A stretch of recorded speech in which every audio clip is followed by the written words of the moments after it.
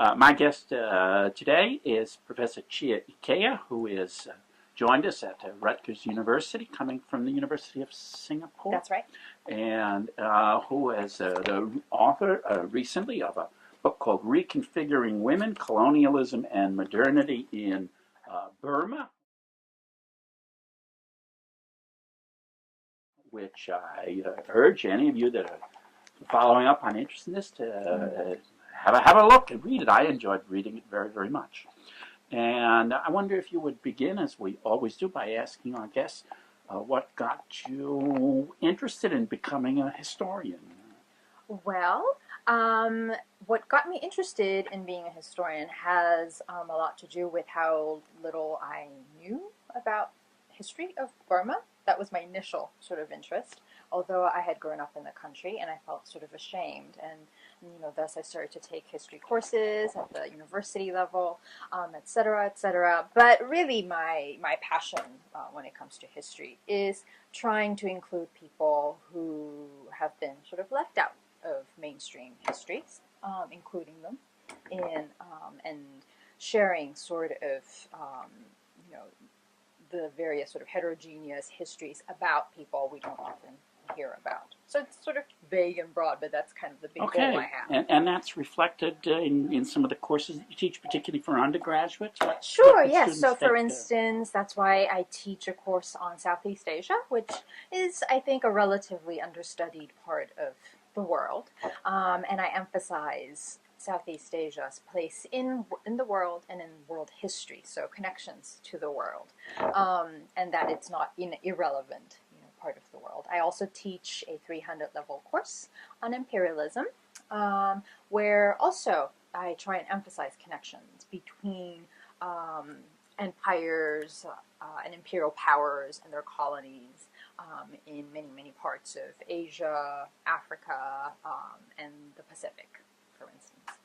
Can I begin by throwing a curveball here right away and saying, look, we've put together a lesson this week in which we're going to look at the Silk Road and the traverse of super high quality cloths, I'll call them, from the most eastern parts of Asia to a rather backward Europe, which had very little to send back along the road. That's one of the things I'm still trying to figure out, is what the camels carried when they went the other way.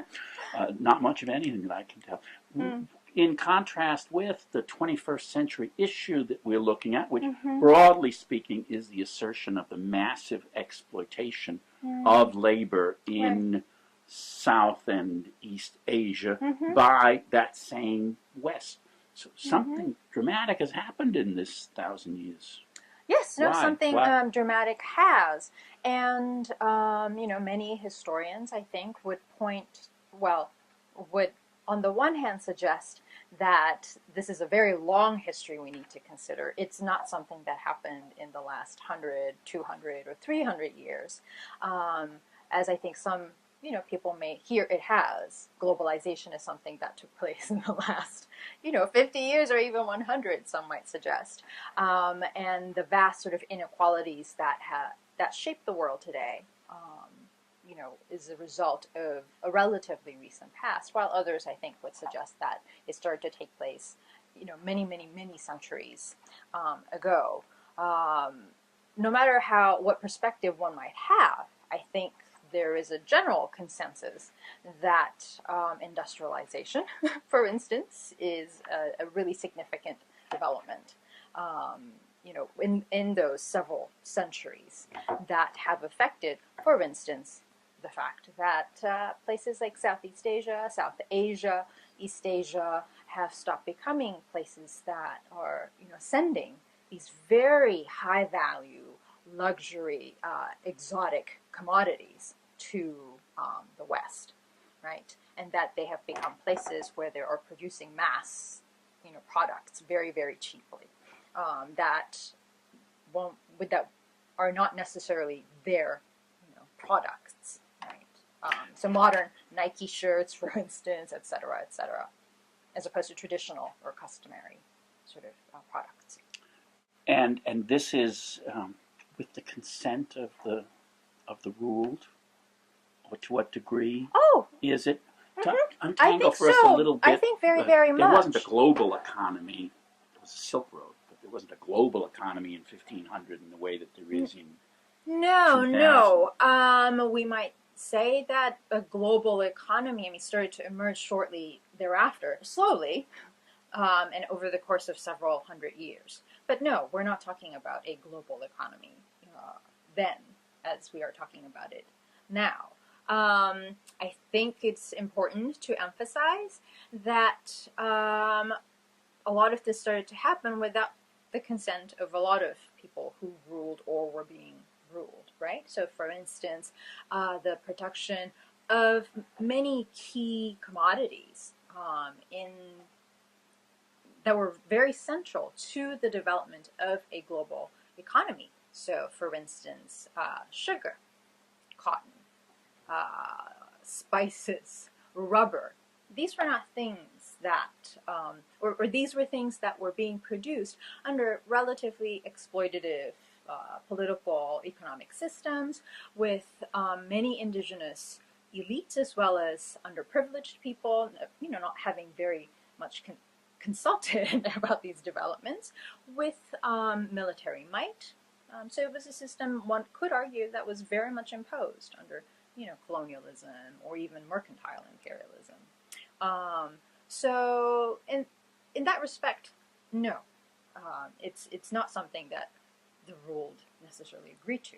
What do you make of, I know they're not reading selections that you suggested, Sure. but our undergraduate assistant, Seiko Sako, rightly picked up some economists who think that this is very good for people to be in sweatshops. And I'm going to interrupt us shortly to show a little video clip of John Stossel on ABC interviewing people on their way to it's either World 8 or Big 8, I don't know, some group, economists, clearly third world persons, saying how wonderful this is because the alternative would be to be back on some farm shoveling manure for 1/3 of Oh, that sounds very nice, except when we talk to some people who live in the places where the workers are supposedly being exploited in sweatshops, we heard a different story. I wish these people would begin to think with their brains rather than with their hearts. Vivek Debroy is an economist who lives in India.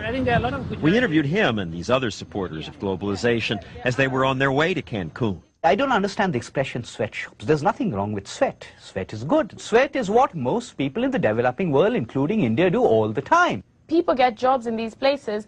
Their generation lives better than their parents lived. Chunarunga studies trade policy. She lives in Kenya. Doesn't the United States have the responsibility to stop these companies from exploiting people in your country? Exploiting people? Nobody in my country thinks about companies exploiting them. When there's a new company opening a factory, people are excited about it. Arunga and Debroy point out that in poor countries, the Nike factories that well-fed American students call sweatshops routinely pay twice what local factories pay, and more than triple what people earn doing much harder and more dangerous work in the fields. I wish we would have more sweatshops, quote unquote, in my country. Most economists say what many Americans call sweatshops are what allowed people in now thriving places like South Korea, Taiwan, and Hong Kong to pull themselves out of poverty. Your experience as a historian of Southeast Asia, how do you answer that argument? Or is there any? Maybe they're right. It's a complicated, a very interesting argument, and a debate that I've had very often with my students. I mean, the country I study, Burma, has many of these places that have not necessarily been called sweatshops, but you might be surprised. Many, of the clothes you wear are produced actually in textile factories in Burma, right? They may not say that on the shirts and the shoes that you buy, for instance, but they do come from them. And then they're labeled somewhere else as coming from elsewhere, let's say. And there are many others. Vietnam, Thailand. These are key places for these textile, factories, for major brands and companies. And so my, students and I talk about this all the time. Everywhere in the world, pretty much. people have experienced this kind of low-wage labor under conditions that perhaps you and I and our students would never agree to work in. But they did. People did once upon a time. And many would argue that is how they got to where they are now, developed economies, right? So why should we take away, this chance for them to do so? Now, whether that be true or not, there are many studies that show that on the one hand, we must recognize the kinds of conditions under which people work, and that it has all sorts of dangers, right? And they can be very hazardous. So, for instance, in Japan, before it became an economic sort of superhouse and power, it too had these textile factories, mostly silk, where young women, almost all young women from impoverished villages traveled many, many, many, many thousands of miles to work and to remit their money back to their families, who would die young from inhaling the air in these factories, and who would contract tuberculosis. As I understand, the conditions are really quite bad for your lungs, for instance, right? They look horrendous. Yeah, we'll right. pop up right. some pictures of them. Right, but and there are similar parallels in many parts of Southeast Asia. Of course, not just Southeast Asia, in South Asia. I mean, even in many parts of East Asia that we might want to forget. Your shoes used to be made in Korea, South Korea, right? And it allowed women an opportunity to remove themselves from their homes, and to place themselves in these homosocial spaces to connect with other young women who are not married, who are single, and to sort of exert a kind of control, a little bit mediated, but still a kind of autonomy that they'd never experienced before. That they didn't have to worry about simply finding themselves a good household to marry into, for instance, right? And be good farmers' wives, for instance. Even though, of course, they still needed to answer to the fact that they were expected to send money home for the for the welfare of their families. And if they didn't do that, they would get ostracized from their communities and families. Again, this is still very much the case throughout, parts of the world where we find these textile factories. Now, we also find that why these companies take their factories to places such as, South Korea or Thailand, is because they're, first of all, the ruling governments are in favor of them. They permit them. And two, because they feel that the population of workers are relatively docile and can be sort of tamed, controlled, disciplined, and that they will not rebel against it. Right? And so it's no wonder that these are young women who work in these factories. They are actively sought after. Now, so one article I've read in the past have emphasized the notion that these are women, or sort of a fantasy that these are women with nimble fingers, who can be directed to do what the companies want them to do. But the actual experience of working in these factories make them some of the most, the fiercest, the most vocal, effective organizers for protests, workers' protests. They create unions or informal unions that are not legally recognized anyways. And they take a kind of political and social role and leadership role that they otherwise may never have. And so, the experiences of working in these textile factories can be really quite mixed, right? It has very beneficial experiences for many of the women who work in these places. So it's not simply a matter of a wage that's twice as high, but there is a cultural independence about this. There's a clip that we're going to put in here which shows one of the... তখন গার্মেন্টসের অবস্থা ভালো ছিল না, গার্মেন্টসের অবস্থা খুব খারাপ ছিল, কিন্তু আস্তে আস্তে এখন গার্মেন্টসের অবস্থা মোটামুটি ভালো। কিন্তু গার্মেন্টসে যে মজুরিটা দেয় শ্রমিকদেরকে, আসলে সে মজুরিটা বাঁচার মতো না, এবং ন্যায্য মজুরি তাদেরকে দেওয়া উচিত, কারণ তারা রাত দিন পরিশ্রম করে তাদের জন্য এমন একটা মজুরি করা উচিত যাতে তারা তাদের ফ্যামিলি নিয়ে ঠিকমতো চলতে পারে। আগে যে বেতনটা পাইতাম সে বেতনটা আমি তো আমার বাবা মার সাথে থাকতাম, তো ওই টাকাটা আমার মার হাতে পুরাটা দিতাম, দিলে কিছুটা আমাদের সংসারে হেল্প হতো।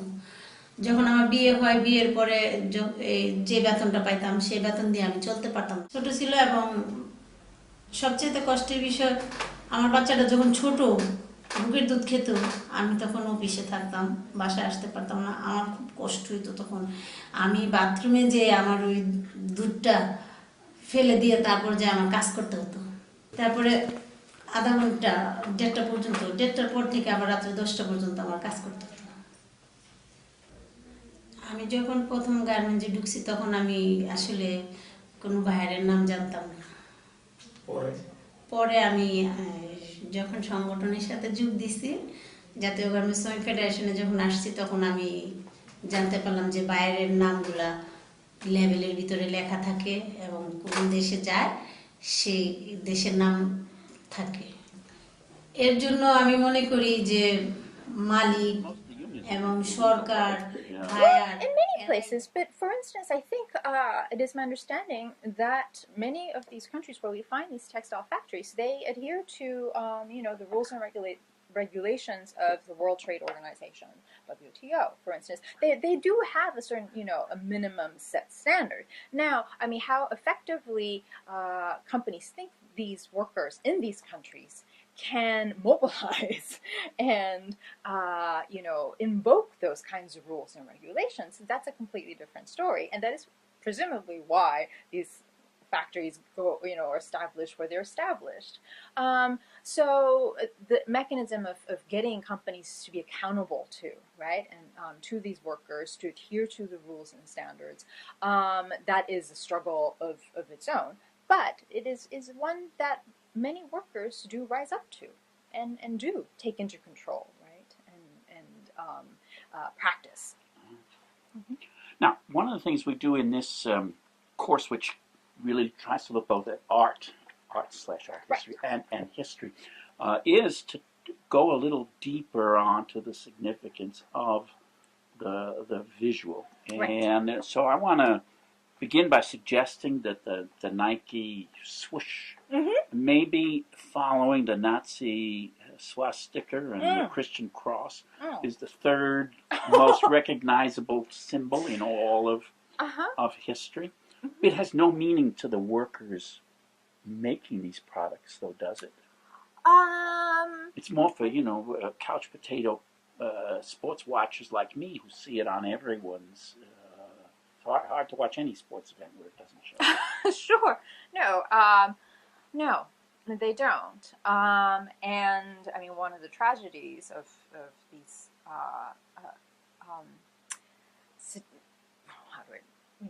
situations or the conditions for these workers is that they are, yes, the ones who produce these shirts and other products that are highly coveted and have the Nike swoosh.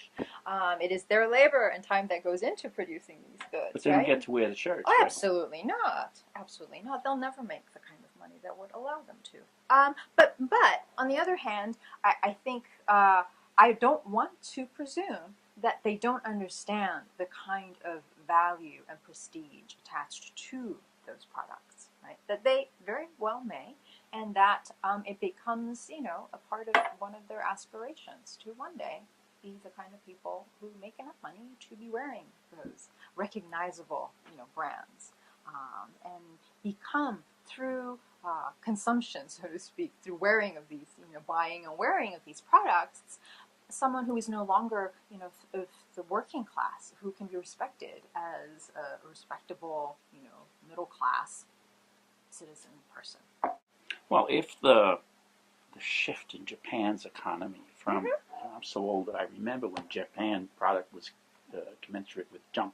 Right. Oh, yes, absolutely. Right. And yes. then suddenly that changed. Right. They knew how to make better cars than Detroit. Yep. And then Korea made a similar transition, Absolutely. I'll call it, I'm not 100% ready to buy a Kia, but I wouldn't automatically say no. Yeah.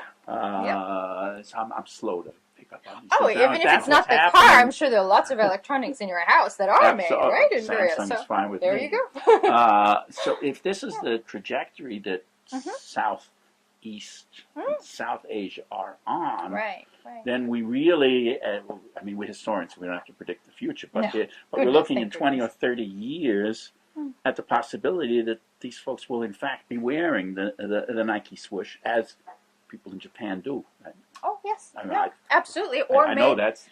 Or may even create a non-swoosh, brand of their own and be exporting it here to the U.S. and that it will be here in the U.S. and you will be buying it. And that's in fact the argument that's made about Korea, right? Is that they've been so good with cultural diplomacy, and soft power. They have completely marketed their goods in terms of media, popular culture, music, etc. Gangnam Style, right, was ready to take over and the through West. the visual. Right, That's why I'm looking at the power of the absolutely. swoosh. Right, yeah. Is just enormous. Right, yeah. So there is that possibility. On the other hand, I think pessimists would say, no, of course that is never the case. That places that are producing these textiles now, as in the past, will continue in the sort of political, geopolitical, economic, conditions under which we live, will continue to lag behind.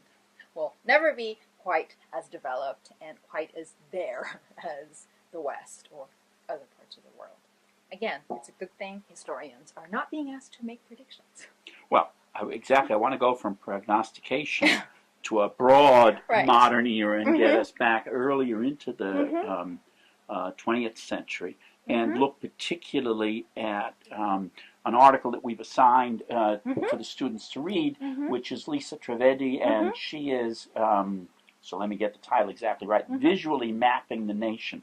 And she begins with a stunning assertion about Gandhi's explicit recognition that given all of the linguistic varieties and illiteracy that he was facing, that the visual image would be creatively important in countering British domination. You can see the difference between a cloth that's what the name of the cloth is. So in India it was called khadi. Khadi. Right? So, and you can see that. My eyes are no good. I can't see that. Actually, you can. You've got to teach teach the students and me. Of course, actually, in many ways you couldn't, because in India at this precise moment there were companies that were not using homespun cotton to actually produce their fabric. The article mentions that. And they very successfully sold a lot of this product. So it took sort of organizations or individuals making a very bold claim that no, this is not actually homespun. This is not khadi, right? And making those kinds of claims to get people to think, oh, maybe this is not the same things that we're talking about. Now, but it is generally true today now, in any case, because Burma went through this very similar kinds of experience. In fact, it was one of the things that got me interested in the book project was all of the writings from the early 20th century about homespun, domestically produced cotton. And as in India, politicians, activists said, do not use, imported cotton and material. Stick to, boycott them. And in Burma, this cloth was called pinni. And it was actually not very successful, this boycott movement, this movement for self-sufficiency, right, Swadeshi, right? And many commentators said it wasn't, successful because they're so uncomfortable to wear, they're so coarse and they're so thick, and there is that sort of aspect of them. So if you go to a market, homespun, coarse cloth, that is the stuff that you're talking about.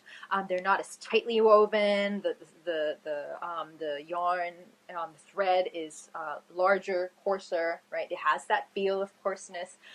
It is darker. It has a certain color that's not really quite, sort of white. So yeah, you can tell the difference, and people could tell the difference too, and they complained about how sweaty it made people who wore them. So that's why people never really kind of got into this movement in Burma. That's the explanation given, because of how uncomfortable it was.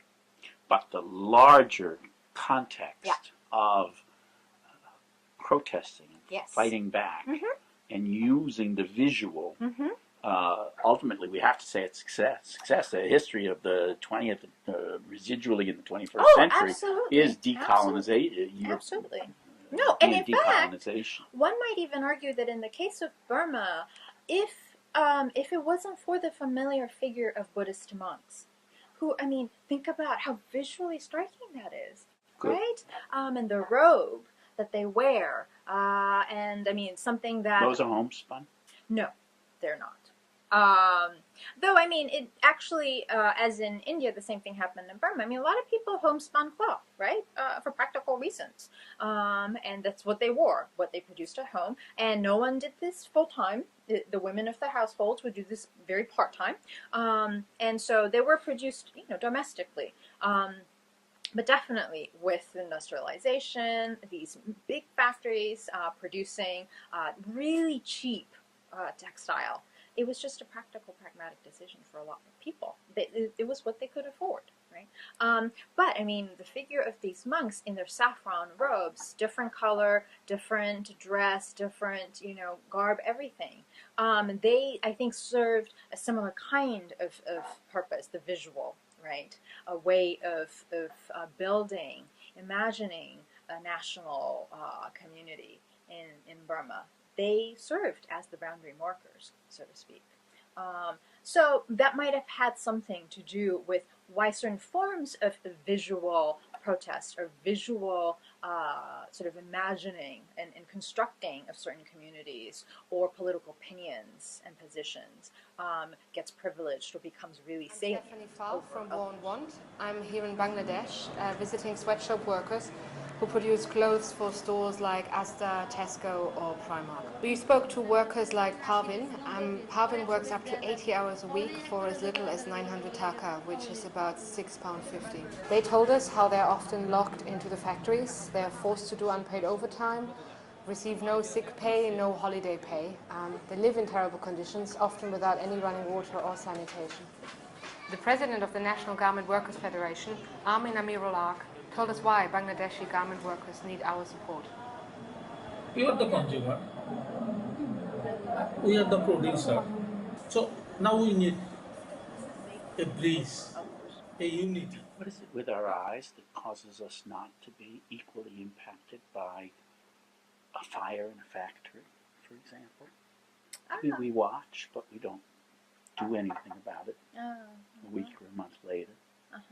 I think it's less about the eyes or visual sort of skills and sensitivities as the context, the environment that we're in, I would suppose. I think myself, like many other people, are profoundly, I think, affected by those kinds of images, and that is precisely the effect they're supposed to have on us, right? I mean, most images, videos that we see, Facebook, on the news, it's supposed to have that impact.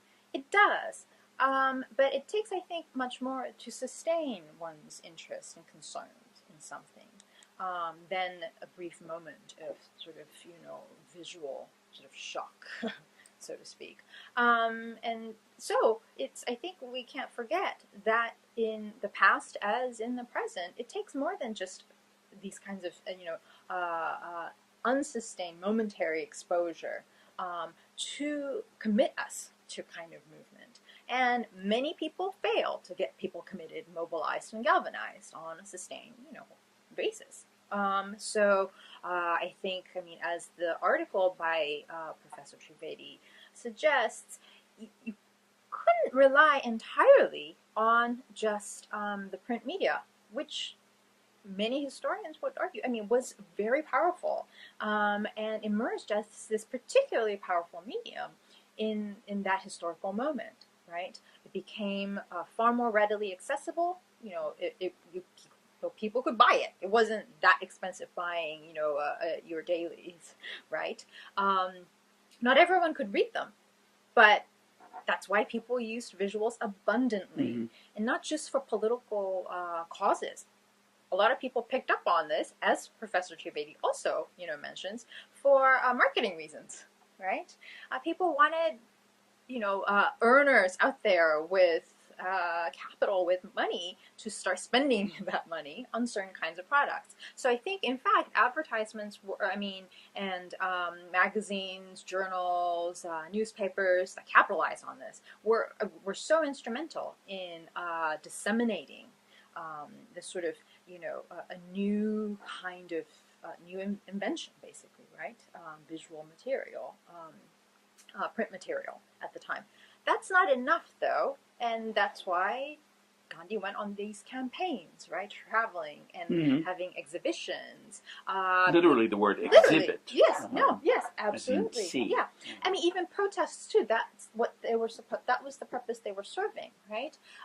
It was supposed to be this complete experience of hearing and seeing, being in the presence of people who were protesting in these public spaces and public visibility. That was, I think, Gandhi recognized, as did many others who came after him. So Martin Luther King, people like Aung San Suu Kyi in Burma, Mandela.